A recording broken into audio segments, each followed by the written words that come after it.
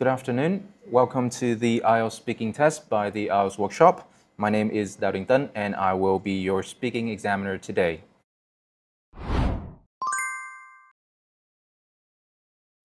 Can you tell me your full name, please?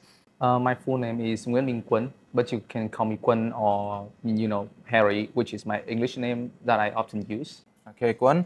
Are you ready? Yes. Okay, definitely. Great. Now we shall begin. So let's start with the speaking part 1. For this first part, I will ask you some questions about yourself. Let's talk about your free time. What do you usually do in your free time?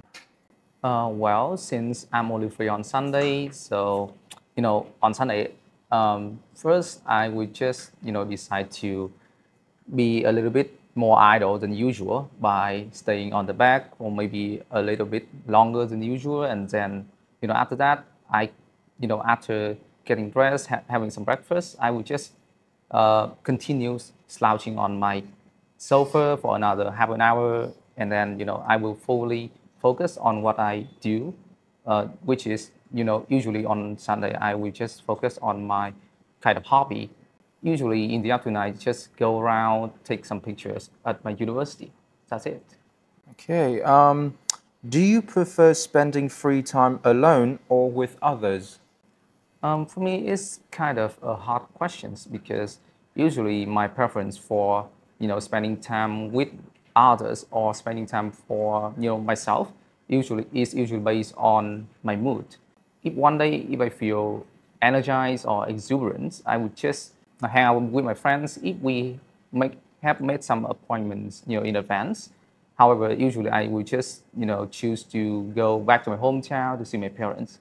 Just hang around with them, help them the chores, I guess.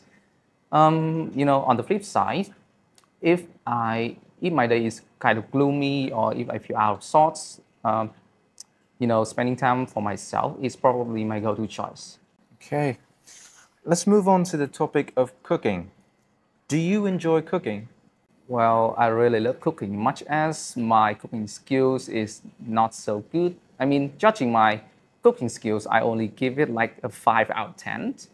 However, I really love going into the kitchen to cook some meals for myself, since it's kind of my only time in a normal day when I can be myself, releasing some stress, recharging my battery, and maybe reflecting on some past events during the day. Okay. How often do you cook at home? Well, even though cooking is one of my favorite things to do, I just don't cook much during the day, since I spend most of my time at work or at school. So probably my breakfast and my lunch usually revolve around either takeout or some bowl of pho or like some box of sticky rice that I bought at the nearby street vendors. I only cook when when I arrive in my house in the evening. Okay. Who taught you how to cook?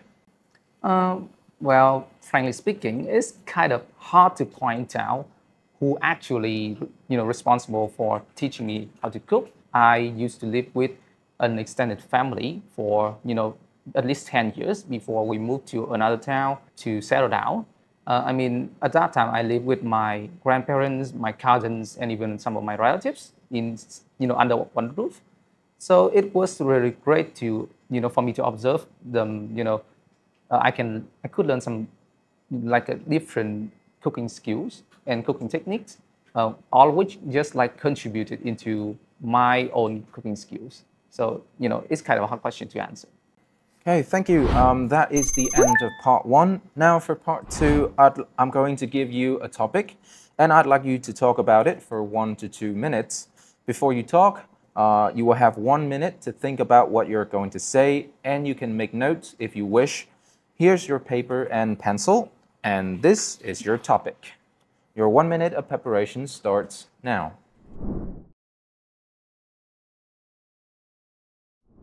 That is the end of your 1 minute preparations. You should start speaking now. I have got used to setting up plans of my own, since I was a university student. However, the first time when I had to come up with a plan for others, including my family and my neighbors, was about 3 months ago when we had a trip to Tinkham Beach. So, before moving into any details, I think I should give you some kind of background information before anything. Tinkham Beach is like a coastal town in Hà Tĩnh province. It is basically known for its, uncharted landscape, beautiful and pristine beaches, and also hospitable, locals. Those virtues were the main reasons why my parents, along with, our neighbors, chose to go on a trip in there. But the main difference, compared to other trips, was that we were in charge with coming up with the plan. Me and my friends, who are the neighbors' children. The time was not really on our side since we had to prepare for everything, in advance in just one night. But after some relentless efforts, we have finally found out some really good ratings, restaurants and hotels, and some tourist attractions to form a quite sensible plan for tomorrow's trip. So, on the next day, we had the chance to test it because, according to our plans, we would obviously go to Tinkham Beach on the next day, right? When we arrived at the Tinkham Beach, according to the plan, we would book a hotel near the beach, which has a brilliant, outlook to the sea. But it was actually, it didn't take a really long time to book the hotel because. Okay, thank you for your answer. Now we shall move on to part 3. In this part, I will ask you some questions related to the topic in part 2. Do you think it is important to make plans before doing something? For me, setting plans before doing anything, especially when you really need to attain something really important, like a goal or something, I think it's really crucial for all of us, because a plan is like a set of guidelines or instructions, which not only helps you stay on top of everything, but it also helps you kind of put the right energy, the right effort into the right task instead of just doing everything without any directions. And moreover, it also kind of helps us maintain our discipline because a plan will always have a timeline, right? So if we can follow the timeline perfectly, I think we will become a better version of ourselves, especially in terms of time management skills. Okay.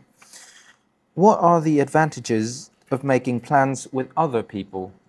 Well, I think the most obvious advantage when you adjust your own plans to match other people's needs is that you will gain reciprocity with them. I mean, it's really hard to put it, but maybe, for example, if you alter your plans to help a person, so basically you guys can just coordinate with each other better. And of course, not only can you help that guy or that girl, but also you can receive their help, in return.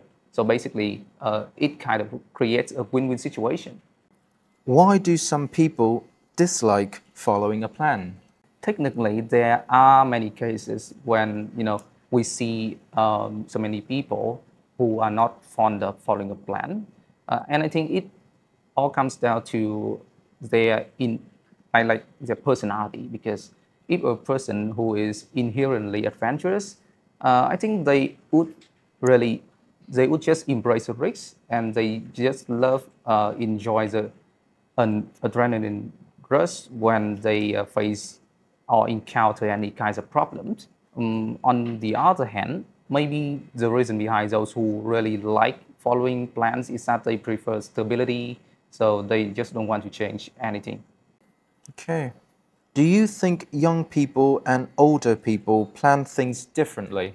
I think the main, distinctions between how younger generations and older generations plan for their own things is that, the first one is probably about the goals that they set. when it comes to the younger generations, their goals might be, much in the short term, not really in the long term like the older generations. And those goals are usually more materialistic compared to the older generations. And maybe the second distinction, probably, in terms of the practicality of the goals and also the ability to, cope with some variables in the during the process of doing that plan, because older generations tend to have an enriched knowledge and experiences since they have encountered many things in their life.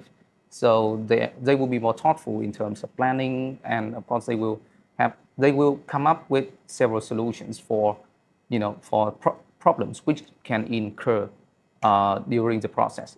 On the other hand, the younger generations might not be so ready for problems, and I think they're more prone to variables when they kind of occur. Is it better to make detailed plans or just be flexible? As I mentioned in some of the previous questions, I think it all comes down to like a person's personality, because if a person is really adventurous or they really like to risk everything, I think they would prefer being flexible, because those people they have already been adaptable and resourceful enough to cope with any changes in their own life. So I think they will be better if they can just work things on their own without any plans. However, for those who like stability and they are more prone to changes, I think making a detailed plan before responding to to things in their life will be a better solution. How can unexpected changes affect a group plan? If something happens during maybe a trip, and which involves the participation of a whole group, I think the consequences will be really dire. Because normally, if there are some problems incur during that process, the person who's in charge of making a plan will have to, change everything from A to Z.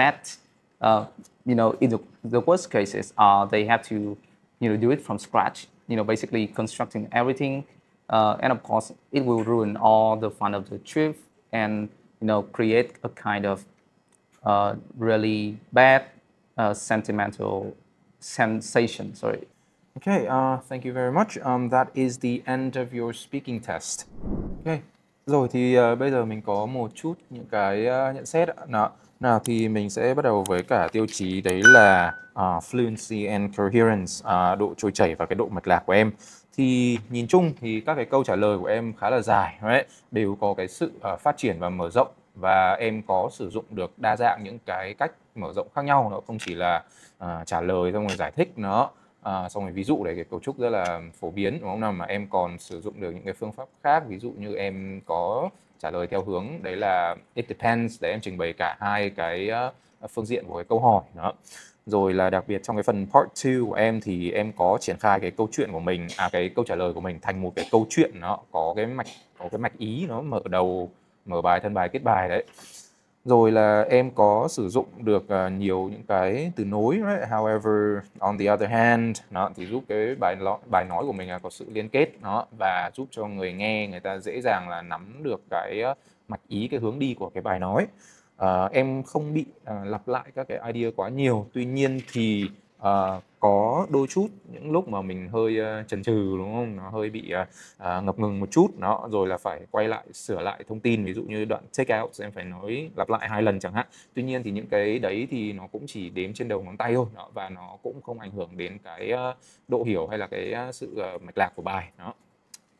Rồi thì về cái tiêu chí là từ vựng đi, đó, lexical resource, thì ở đây thì em đã sử dụng được đa dạng những cái từ vựng, nó nhiều collocations, ví dụ như là slouching on the sofa này, hay là following specific timeline, rồi là embrace the risks, đó, hay là resourceful, đấy, những cái từ vựng rất là tốt đó.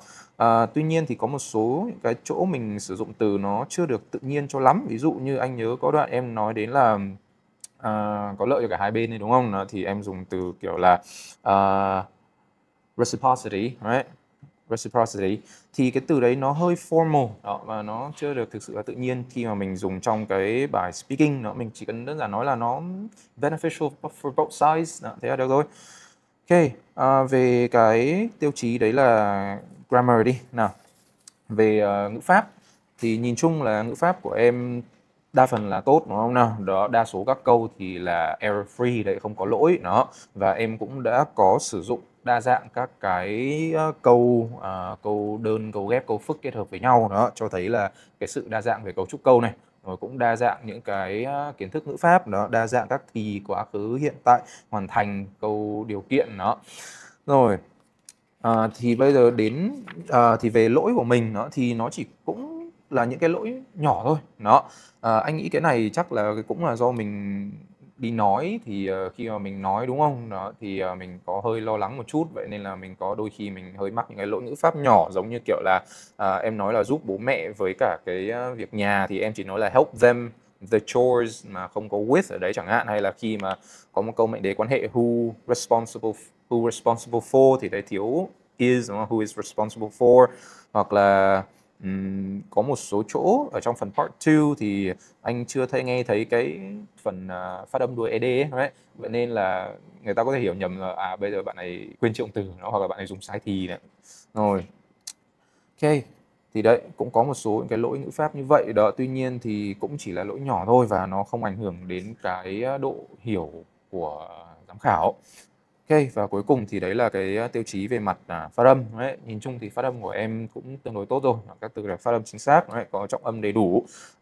Tuy nhiên thì có một vài chỗ đây cũng chắc là do đấy mình hơi lo lắng đúng không nào đó, nên là cũng có một vài chỗ mình hơi phát âm sai, nhưng mà anh nghĩ những cái từ này mình không thể nào phát âm sai được ấy, đó, chắc là do lo lắng thôi. Ví dụ như kiểu afternoon thì mình hơi thành after nine một xíu, hay là trip, đấy, đó, thì mình lại hơi thêm f ở cuối lại thành trip đó. Thì những cái lỗi đấy nó cũng là lỗi nho nhỏ thôi đó. Tuy nhiên thì ở đây có một cái lỗi về mặt phát âm mà thấy nó khá là lặp đi lặp lại nhiều lần, đấy là cái âm th của mình đó. Ví dụ như trong từ thing đúng không nào đó, anything, everything, something đó, thì mình hơi phát âm giống như là cái âm thờ trong tiếng Việt đó. Ok, rồi thì đấy là một số những cái nhận xét anh có cho cái bài trình bày này của em đó.